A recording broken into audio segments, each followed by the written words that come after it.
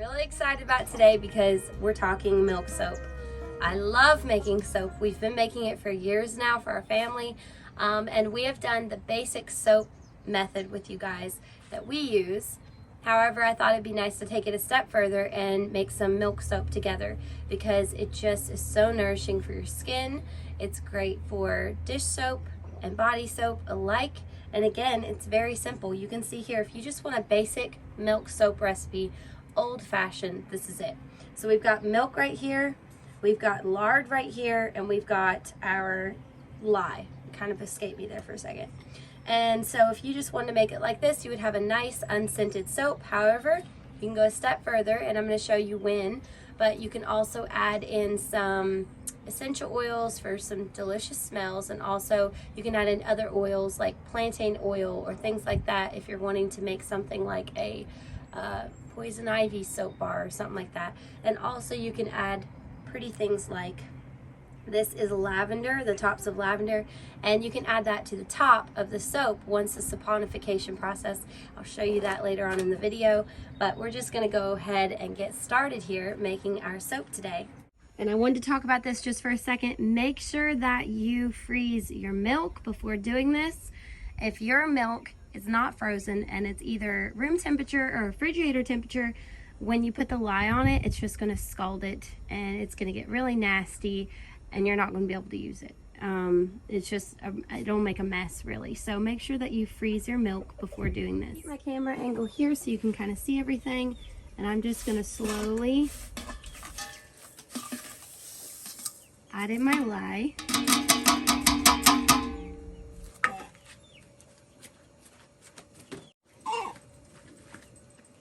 I just want to gently mix this up.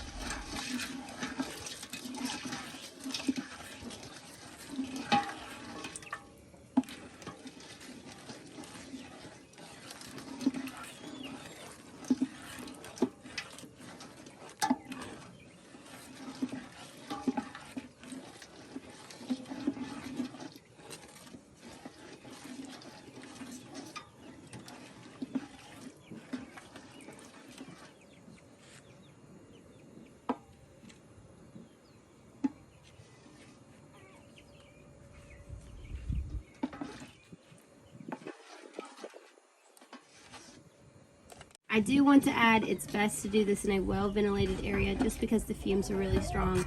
You don't want to be breathing this stuff, and honestly, wear gloves. You can see my hands. My hands are scarred all to pieces because I always do things the hard way and I never listen.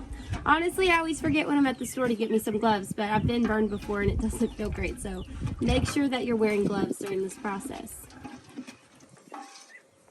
So I've went ahead and heated up my oils, my fats. Remember I said I will add 40 ounces of lard or coconut oil, and then to that I will add my soft oils like either castor oil, sunflower oil, something like that that's more soft. You don't want to add too much of that because then your soap is going to be on the softer side of things. You can do it with like all with olive oil or something like that. However, it's going to take a much longer curing time. So I'm going to check this, and I highly recommend using a laser thermometer. I think that's what it's called. Yeah, laser grit, because you don't have to get close to the oil. Sorry, my chickens are getting on my stand and they're making everything move. I'm not scared so much of lye as I am of a really hot oil because I've been burned so many times from it. So I absolutely love this thing. I use it for everything, not just soap making, but I have gotten this way too hot. It's 200 degrees. I need this down to between 100 and 120 degrees. You never add your lye mixture with your oil mixture or your fat mixture together until they are the same temperature. So you want them to be between 100 and 120 degrees, and they both need to be around the same temp, and then you're going to add the fat in with the lye mixture. And it's going to start, you're going to start mixing it, and that's when it will begin the saponification process. You just want to make sure you never have, your lye mixture at like 150 and then this at 200 and you just dump it in there. You don't want to do that. It's going to make a mess. Honestly, I don't know if it'll blow up or not. But I do know you're not supposed to do that. So you want to get it down to between 100 and 100 degrees, both the lye mixture and your fat mixture, and you're going to pour that in together, pouring the fat over top of the lye. Now I have my fat. It's cooled down to 120 degrees. I'm going to let that slowly drop just a little bit more. And then my lye solution, which is my lye and my milk, this is 115 degrees. So I'm going to pour my fat over top of my lye. And then we're going to take our immersion blender and begin the saponification process where it will turn into actual soap. And you're going to see it when it starts reaching a trace. And you'll know it's reached trace when you start seeing a soap bubble trail following your immersion blender around, once you go through it. I do want to say, make sure that you don't overheat these. I have literally melted mine before. That being said, I made like 3 batches, so I had overused it quite a bit, but I did want to mention that. Also, you can do this with a wooden spoon, just like this, just by, going back and forth, but that's going to take about 20 minutes, whereas this is going to take about 5 minutes, so it's a lot quicker, and we're going to go ahead and get started with that.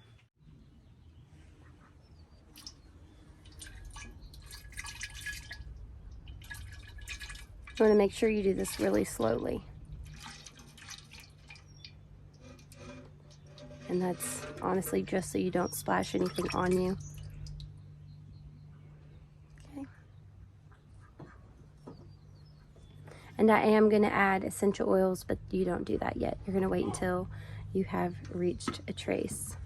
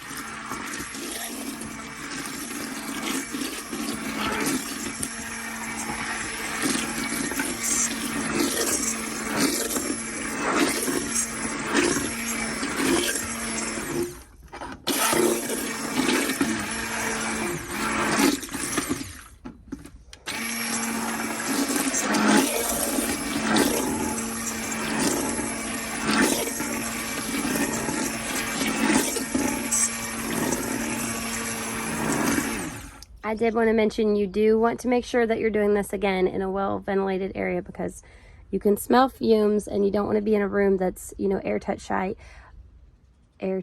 shite. That's where my dyslexia comes out. Air shut tight. Oh my goodness.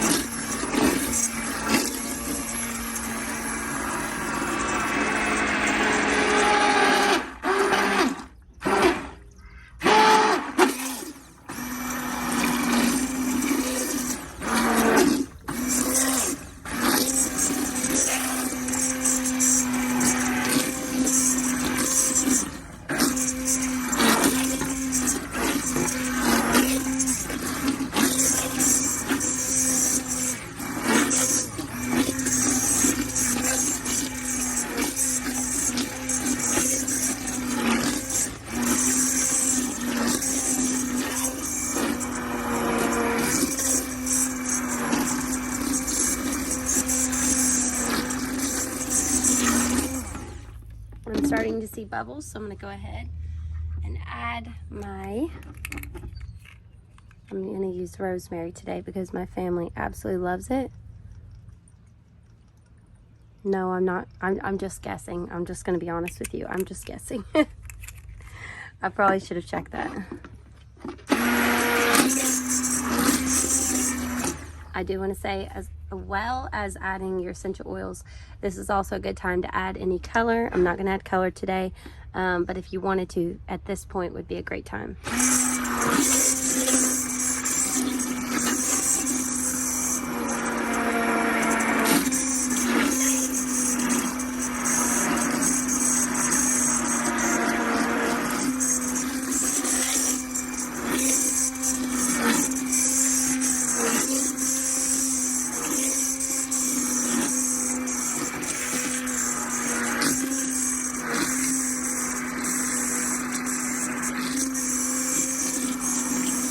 All right, so you can see the bubbles are starting to add up. Well, you can see bubbles in there, and they're starting to chase me around.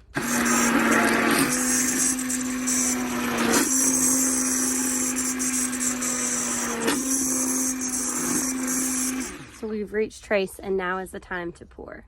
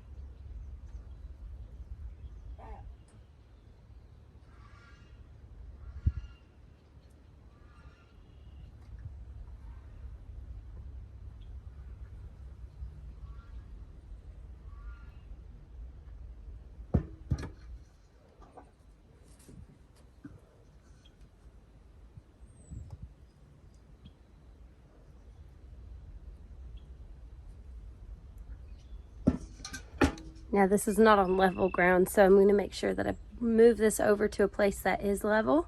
And I'm going to let this sit and cure for about 24 hours. After 24 hours, we're going to come back here and we're going to cut, not this soap, but we are going to cut this soap right here. And this is the part where I will be adding just a few at the top. Honestly, my husband does not like the cute, fancy things in soap, but I do. So I always make sure I make a few for me, maybe a friend or two, and then those pretty much go to him. So I get to do what I want with mine. All right, so we're gonna come back in 24 hours and then we'll cut this. I did want to add that you can wait a few hours, and if you want to give the soap a really pretty wave on top, come back in a few hours whenever it's really thick and goopy. This may take 5 hours, 6 hours, but you can kind of just take like a spatula and move the top, and I can show you that in a few hours if I do not forget. And show you, it just gives it a really pretty top.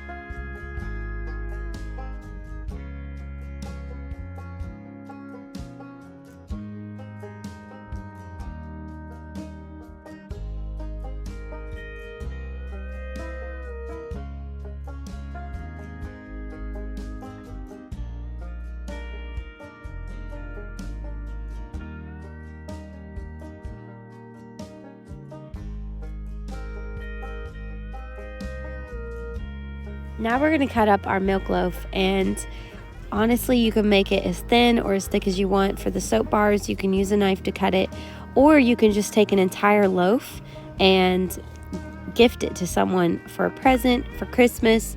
They're really, really fun to do because honestly, someone's getting an entire thing of soap and then they can just cut it up the way that they want to. But we're just gonna go ahead. I got these really cute pastry cutters, so I just chop mine up with that, and it gives a pretty wave to it, and it just kind of adds to the prettiness. Sorry, you can hear my goat. He's sitting here with me. But we're just gonna chop this up. I think soap is one of the most beautiful things you could make. Not only is it easy and simple, but it's just so pretty to have around. I love having it sit at my sink or sitting in the bathroom. I actually keep my soap in my well, not all of it. I have a lot of soap, but my soap that I am using at the time, I have it in a basket sitting out because I just think it's beautiful to use as decorations as well. And you can see this is 24 hours that it's been sitting, and it just chops so smoothly. If you wait longer than 24 hours, sometimes it will just get really hard to cut through the soap. But we are going to let this soap cure for 1 month, which is about 4 to 5 weeks, and then your soap will be ready to use. You want to allow it to finish the saponification process. That does not mean it's ready to use now. You have to let it wait 4 to 5 weeks, and then it will be cured and ready to go. I hope you have enjoyed this video, and thank you so much for joining us today on Farming the Beautiful Basics.